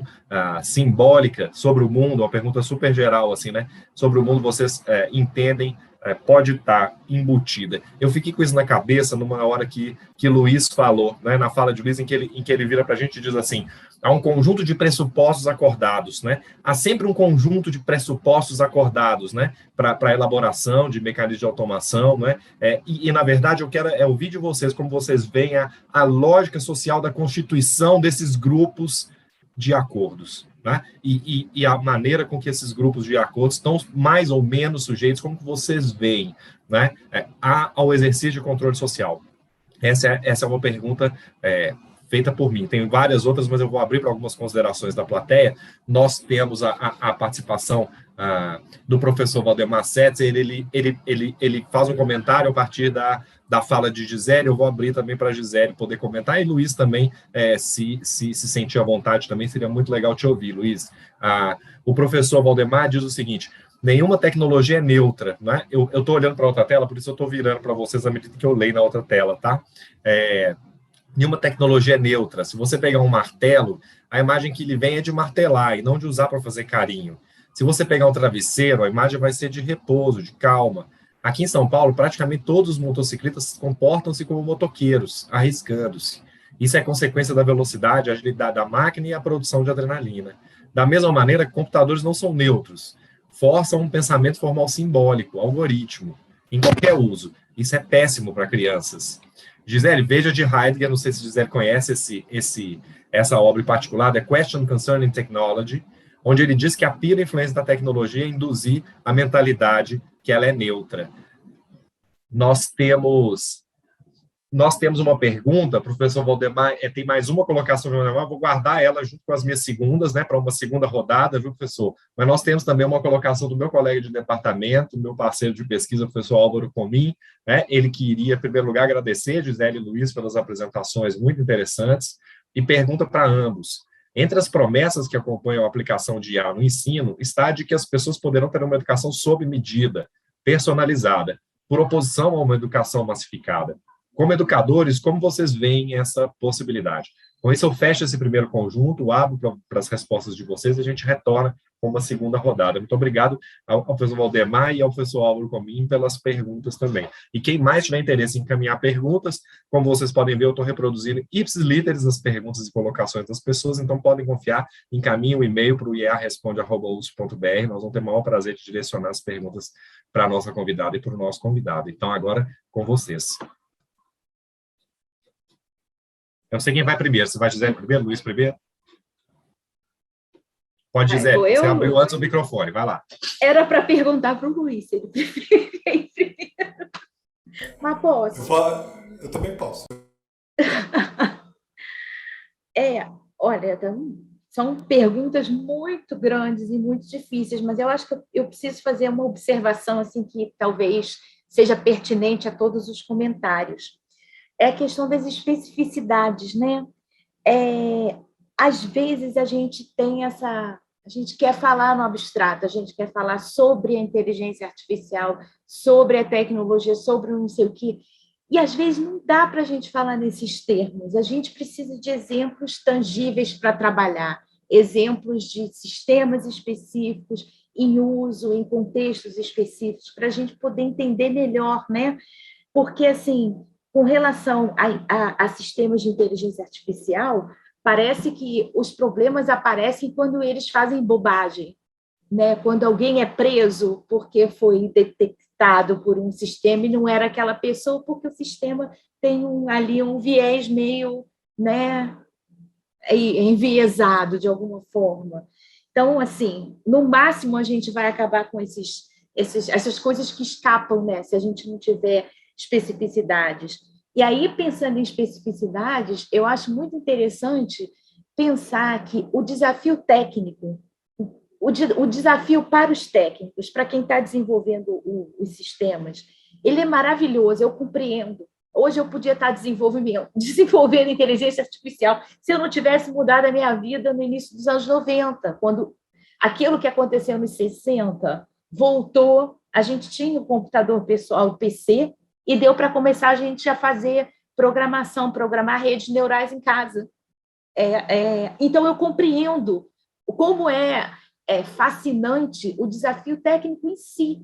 Aí, vou fazer esse programa, vou ver o que dá, né? E com relação a algumas das técnicas, assim, eu não sou especialista, mas eu tento compreender, tento dialogar com a parte técnica, exatamente para poder ter especificidades para me segurar e não falar no abstrato, né? Não falar porque a máquina não pode ter inteligência a partir de uma perspectiva filosófica. Também é uma coisa bacana, mas não me satisfaz, porque eu enxergo que tem alguma coisa ali que é muito interessante, mas eu quero ver por dentro, quero ver as especificidades. Então, os tipos de técnicas que são técnicas heurísticas, como se falava nos anos 90 das redes neurais, e agora é aprendizado de máquina, e sei lá mais o quê, são coisas que eu acho que até as próprias pessoas que programam não sabem bem o que vai resultar, né? É diferente você escrever um programa que vai dizer passo a passo o que o computador tem que fazer, e a outra é você escrever um programa que está modelando uma outra coisa, no caso é o cérebro, ou o que seja, e que aquilo vai ter um comportamento que não se sabe qual é. Espera-se que faça discriminação de amostras de aprendizagem e tal, mas a gente não sabe. E aí, se a gente está falando de fato, é de quem programa. Então, tem toda uma coisa assim que é muito interessante e desafiadora, mas que ela é assim, muito localizada, né? Então, assim, sem especificidades e sem conversas assim multilaterais, multidisciplinares, eu acho difícil a gente responder essas perguntas. A questão da caixa preta, ela não se aplica só à inteligência artificial e não só à inteligência artificial dessa variedade de modelos heurísticos. Ela se aplica ao próprio computador, né? O computador, quem sabe como funciona um computador? Não é todo mundo. Nós somos bons, na melhor das hipóteses, nós somos bons usuários, mas a gente não sabe como funciona o computador. E não sabe mesmo, né? Assim, a gente está aqui usando essas câmeras e o Zoom está dizendo que tem criptografia ponta a ponta. Será que tem? Né? A gente não sabe como essas coisas funcionam. Então, a ideia da caixa preta, eu acho que ela é muito mais ampla do que só para a inteligência artificial. Acho que a inteligência artificial tem uma especificidade que é o nome que deram para ela, para essa coleção de técnicas, né? Que a gente fala inteligência artificial, e já tem uma longa linha de discussão, inclusive na ficção, e mitos, e todo tipo de outras ramificações no imaginário que a gente leva. E, mais uma vez, a gente precisa de especificidade, porque talvez não seja tão inteligente assim, ou talvez seja inteligente de um jeito que a gente não está, né? Que até o que é ser inteligente também é uma questão. Então, assim, eu queria só fazer essa observação. Também o professor Valdemar falou sobre Heidegger e a discussão sobre a neutralidade da tecnologia. Tem, assim, é claro que Heidegger é um dos autores centrais, né? E como eu vou beber muito na filosofia, assim, para trabalhar na pesquisa com os alunos, mas tem, assim, uma coleção de de outras perspectivas muito interessantes também, né? Outras formas de né, desafiar essa história da neutralidade. Bom, eu vou passar para o Luiz, senão eu fico falando demais. Bombardeio de perguntas. Acho que tem o tema da caixa preta que é interessante. Não sou especialista em inteligência artificial, então não tenho como aprofundar tecnicamente essa questão. Acho que tem a questão da neutralidade da educação e tinha uma pergunta provocativa para a gente se colocar como educadores, né? E ver como que isso pode se transformar dentro do ambiente mesmo escolar. Com relação à caixa preta e à exclusividade de construção dessa língua, assim, e no fundo é uma língua, né, tipo de programação, ela foi construída porque nós temos a linguagem, né, tipo, e funcionamos dentro desse frame. Eu vejo que tipo, a tendência é que tipo, haja mais e mais acesso a compreender como é que esse sistema funciona.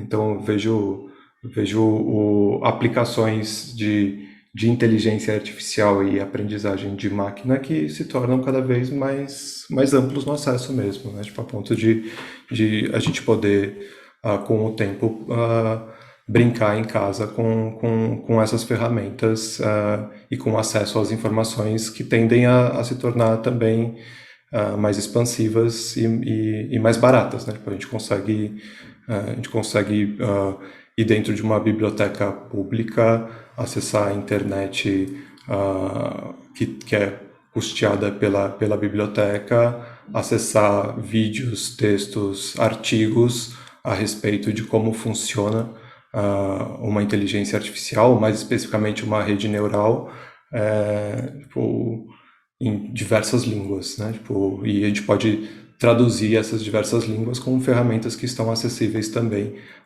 ali de um computador dentro de uma biblioteca pública. Então, acho que o buraco negro tende a diminuir, mas necessariamente ele vai se criar em outras instâncias, né? Assim, então, a gente vai sempre ter um conjunto de línguas sendo criados que vai nos assustar e vai se traduzir em implementações que a gente não conhece direito e tem medo e tem receio e com razão. E acho que o medo e o receio eles também são importantes para a gente criar mecanismos que se colocam com controle social. Assim, eu olho muito para a LGPD, por exemplo. Tipo, é um conjunto muito pensado, muito debatido de regras sociais que estão olhando não só mais para a privacidade, né? Tipo, a questão não é a privacidade dos nossos dados mais. Essa conquista ela tende a acontecer com vai e vem, mas com relação à autonomia também nossa de produção desses dados. Isso precisa ser pensado, precisa ser colocado dentro de freios sociais acordados para que a gente não entre dentro de uma paranoia de desenvolvimento tecnológico sem ter um pensamento crítico aí acoplado a essa existência. E eu acho o debate da LGPD muito lindo, assim, tipo, que é importante para as instituições escolares terem, para pensar tipo, com pessoas especializadas em proteção e segurança dos dados, em como que esses dados são sensíveis dentro do contexto escolar e como que a gente se posiciona isso como instituições sociais também. Então, enfim, eu extrapolei aí o buraco negro, mas ele tende a se tornar menor, mas tendem a surgir novos. Com relação à neutralidade da tecnologia, acho que é impossível, né? Tipo, eu sempre penso na escrita, né, como uma invenção tecnológica por causa desse caráter milenar. Ela seta os frames, né? Não adianta, né? Assim, tipo, e talvez mais do que isso, né? Não só a invenção tecnológica, né? Tipo, a própria linguagem que a gente tem, que tem um debate se é uma invenção tecnológica ou se é um aparato biológico que a gente carrega, ela seta os frames da nossa visão de mundo, né? Tipo, a gente não tem como ver o mundo se desvencilhando dessa forma que a gente criou como e tem como Sapiens, que não é neutra, ela vai setar os limites necessários que estão aí dentro e vai setar os vieses também. E a inteligência artificial vai beber de limites, vai beber de vieses sociais que acontecem necessariamente. Como educador, eu vejo a escola como uma prática de diversidade. Então, eu acho super importante escrever um texto lápis no papel. Isso é uma invenção tecnológica também. E esse registro de você colocar a mão e desenhar as letras e construir ideias com a tecnologia de apagar o texto, né? Tipo assim, é muito diferente do hábito de você escrever de fato direto num teclado, e é muito diferente do fato de você transcrever a sua fala diretamente para o computador, que é um recurso mais atual, né? Que também se apropria de inteligência artificial para fazer isso. Então, eu acho que a palavra-chave como educador é a diversidade. Então, escrever textos no papel, escrever textos digitando, escrever textos reproduzindo a sua fala, são treinamentos que você vai fazer, são ritmos que você vai colocar o seu posicionamento diante para fora dos seus pensamentos, que são importantes de se treinar dentro de sala de aula, de se treinar compartilhando com os colegas, interagindo com os colegas e compartilhar e sob tutela, sob mentoria dos professores ali, que são seres mais experientes que podem proporcionar essas diversidades. Então, eu acho que, tipo, uma aula embaixo da árvore, ela é tão importante quanto uma aula utilizando um recurso mais primoroso da tecnologia atualmente. Acho que se a gente conseguir garantir essa diversidade, a gente está olhando para as próximas gerações com mais grandiosidade. Bom, eu acho que tem uma pergunta que praticamente todo mundo que está nos ouvindo gostaria de ouvir a visão de você sobre ela.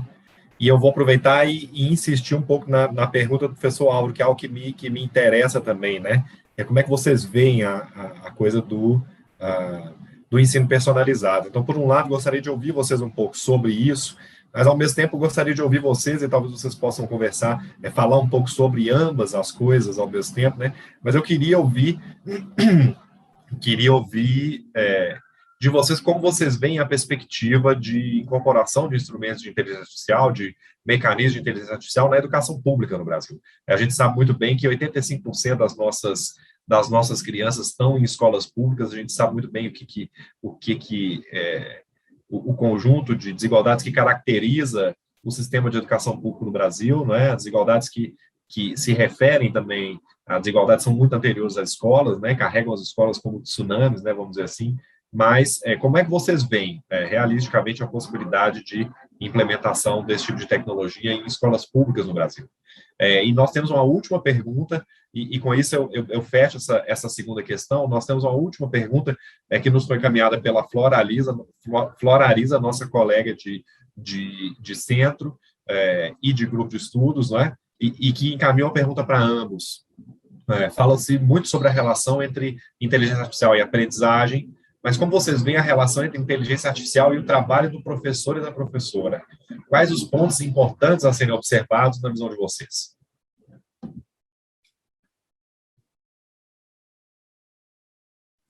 Agora vamos variar com o Luiz falando primeiro e Gisele falando depois, pode ser? Então tá. Beleza. Então, temas aqui de ensino personalizável, a incorporação de mecanismos de IA na educação pública e a relação da inteligência artificial com o trabalho dos professores. Pensando na incorporação de mecanismos da IA na educação pública, eu acho que ela tem que acontecer com pesquisa. E com pesquisa, com grupos que estão olhando para a mesma atividade sob pontos de vista diferentes. E que necessariamente tem estudo, necessariamente tem crítica, necessariamente tem o repensar a implementação. eu acho que a gente tem o costume, e não só dentro da inteligência artificial, mas das práticas de dia a dia de sala de aula dentro da educação pública, de não fazer isso acoplado à pesquisa, de fato. A olhar para o que está acontecendo, coletar evidências do que está acontecendo e começar a pensar em quais são os traços que podem melhorar, quais são os traços que podem ser deixados de lado. Então, eu acho que para mim, a palavra-chave é ter essa pesquisa acoplada às implementações de sistemas, independente de IA ou não. Falando especificamente de IA, eu vejo com muitos bons olhos, porque ali a gente consegue ter um mapeamento diverso de evidências que podem ser coletadas e devem ser transparecidas para todo o sistema. Assim, então, eu não estou falando somente da experiência com o aluno, mas os professores ter evidências de como que esses alunos estão indo às diretorias e subindo para superintendências para chegar na secretaria de educação, eu acho que a IA pode ajudar muito nesse processo, com os seus vieses e com os seus problemas, né, tipo, de identificação, mas, tipo, de conseguir visualizar esses perfis de alunos, quais são os que estão em níveis de urgência maior e que demandam uma atenção maior dos professores, por região, por segmentos, por tudo, assim, tipo, essa análise, essa modelagem de dados, onde a inteligência artificial se acopla, eu acho que é fundamental. E se pesquisando, né? Tipo, puxa, esse tipo de atuação faz sentido, aquele tipo de atuação não fez tanto sentido, como é que a gente pode melhorar esse sistema e continuar buscando evidências para que isso possa acontecer. Isso se relaciona com a pergunta do trabalho dos professores, porque essas evidências, essas modelagens, elas tipo, se relacionam diretamente com o trabalho do professor. Tipo, eu utilizei o exemplo de eu vou fazer uma atividade de escrita com os meus alunos, eu vou levar 150 textos para casa. Poxa, a inteligência artificial pode fazer uma triagem de modalidade culta, pode identificar quais são os repertórios que os alunos estão utilizando, ela pode traçar um perfil de como que os alunos utilizam pontuação, ela pode traçar um perfil de como os alunos utilizam pontuação comparando com autores consagrados, né? Tipo, ela pode pressupor quais são os textos que estão em adequação ou inadequação ao tema. Ela tem uma série de recursos que está ali trabalhando para os professores, né? Tipo, os professores não vão precisar também passar por um trabalho que é operacional, mecânico, que onera o nosso psicológico.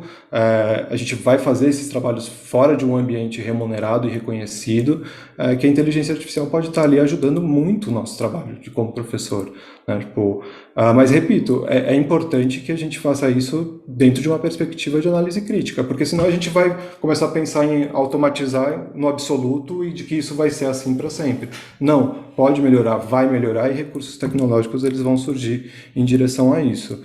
E indo em direção ao estudo, ao ensino do personalizado, né, tipo, o reconhecimento de perfis de aprendizagem, eu vejo que é uma zona nebulosa para o próprio ser humano estudar e entender como que isso acontece, né? Tipo, que tipos de interações sociais e com os objetos de conhecimento são necessárias dentro do contexto dos alunos, na sua esfera de conhecimento e no seu tempo de conhecimento, que são mais efetivas de fato, né? Tipo, é um vídeo, é um trabalho em dupla, é uma colaboração expositiva, vai ser utilizando recursos manuais, vai ser utilizando recursos de voz via computador.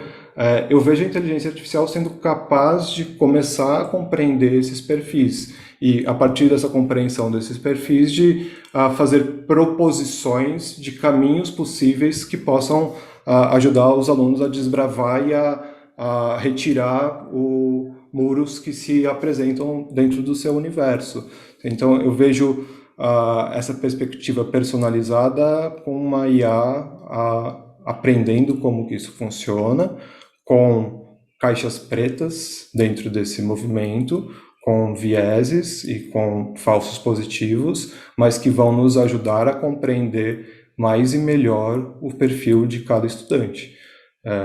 Pode ser um pouco amedrontador, mas eu vejo esse caminho acontecendo.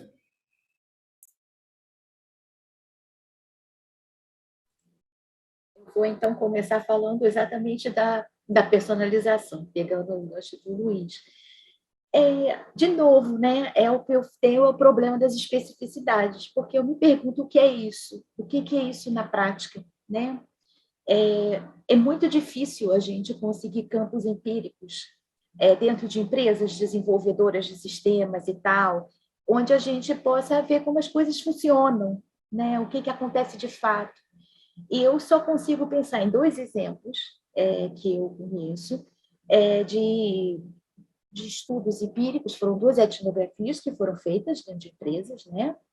E que, assim, coisas curiosas, não há educadores dentro das empresas, essas 2, né? Não tinha nenhum educador, tinha uma promessa de uma personalização feita pelo sistema, mas, na realidade, o sistema não tinha ainda um mecanismo para fazer isso automatizado. Então, tinha uma pessoa lá dentro fazendo, e essa pessoa não era um educador, era uma pessoa de design, tudo bem, design instrucional, mas não era uma pessoa que era um educador, que conheça todas as questões, né, de currículo, de didática, e tudo isso, enfim. Então, assim, eu não sei o que é essa personalização. Também, então, preciso de especificidade. E a outra coisa também é que eu não sei se a gente quer isso, porque que sujeitos são esses que a gente vai estar formando, né, dentro dessa educação que tudo é personalizado? Eu não sei, eu acho que isso é uma coisa muito séria para a gente pensar, de uma forma global, né, a partir daquela ideia de pensar fundamentos, pensar que tipo de pessoa é essa que a gente vai formar e o que é que está sendo feito de fato com essa promessa de personalização. O que esses sistemas fazem? O que está embutido neles?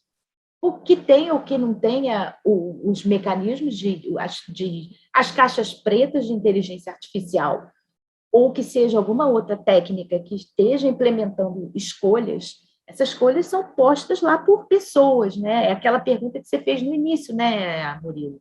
Quem são essas pessoas que estão programando, porque é a partir disso que a gente vai entender o que está sendo concretizado nessas tecnologias, né? E é difícil a gente saber quem são essas pessoas, né? Tem estudos macros, estudos distantes, mas eu acho que a gente precisa chegar mais perto para saber, porque em muitos casos me parece que tem venda de gato por lebre, eu não sei. Como estou dizendo, é difícil a gente conseguir entender o que está acontecendo ali, né? Aí, assim, nessa linha, eu não tenho nada, absolutamente nada contra a ideia da inteligência artificial como técnicas que possam gerar sistemas interessantes, possam ser usados em segmentos diferentes. Mas, assim, quando a gente começa a falar da educação pública, aí eu acho que o problema já ultrapassa o limite do que, de fato, o sistema está fazendo, né? Porque a educação pública está, no momento, numa situação muito difícil, né? A gente está vivendo um contexto muito difícil de financiamento, enfim, problemas muito grandes.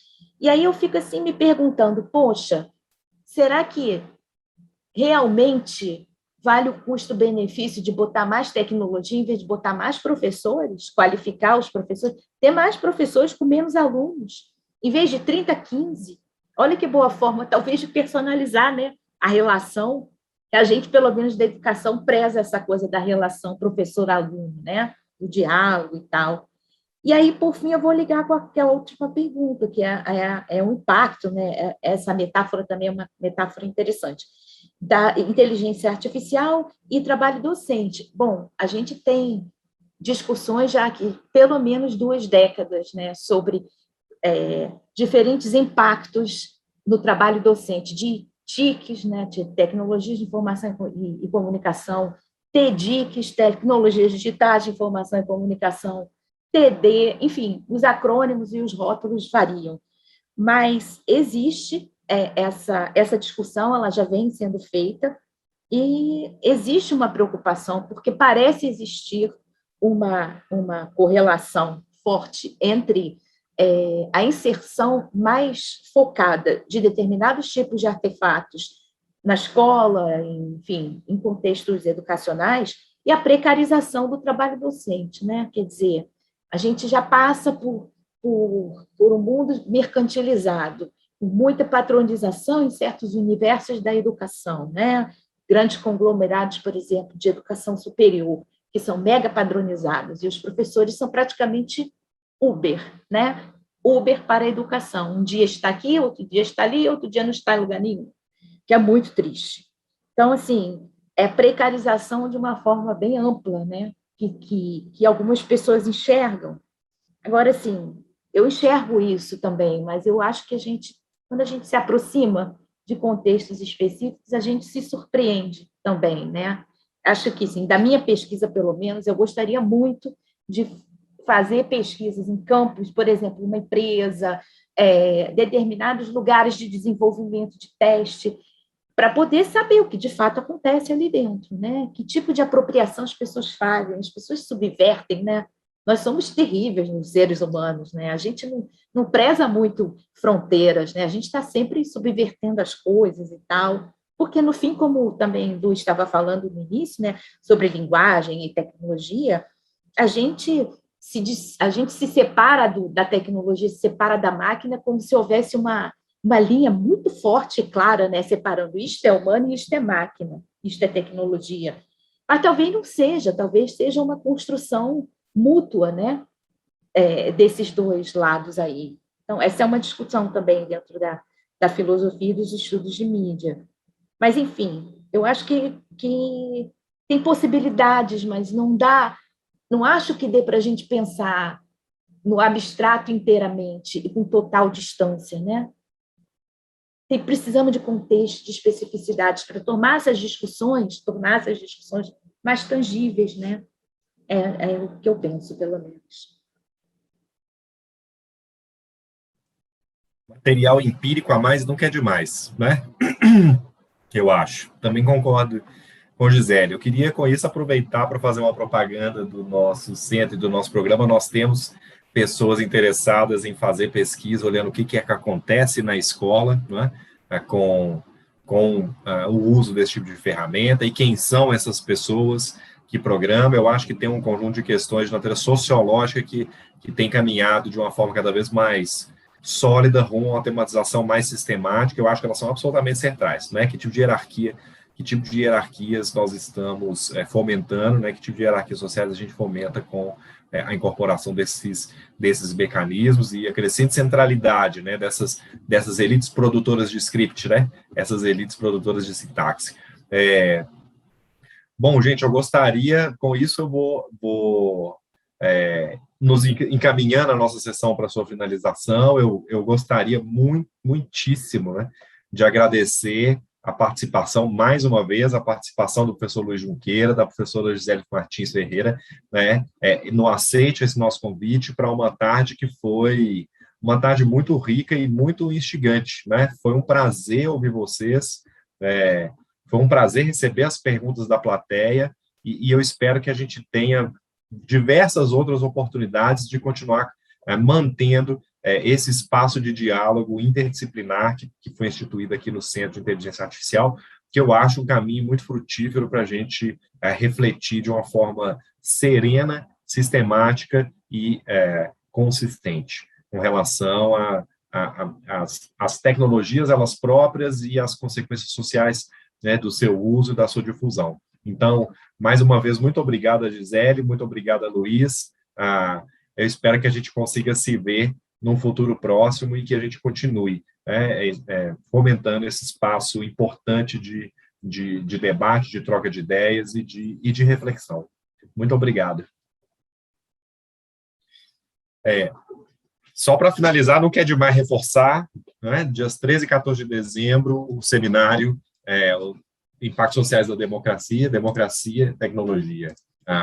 Impactos Sociais da Inteligência Artificial, que vai acontecer no centro promovido pelo Centro de Inteligência Artificial da USP, um centro que tem desenvolvido um conjunto muito rico de atividades nas mais diversas áreas, tem se constituído enquanto um espaço verdadeiramente interdisciplinar, de desenvolvimento de conhecimento, e a gente espera que tanto Gisele quanto Luiz sejam habituês conosco dessas reflexões. Então, muito obrigado a vocês pela presença, muito obrigado, né, às pessoas por terem acompanhado. Né? Boa tarde.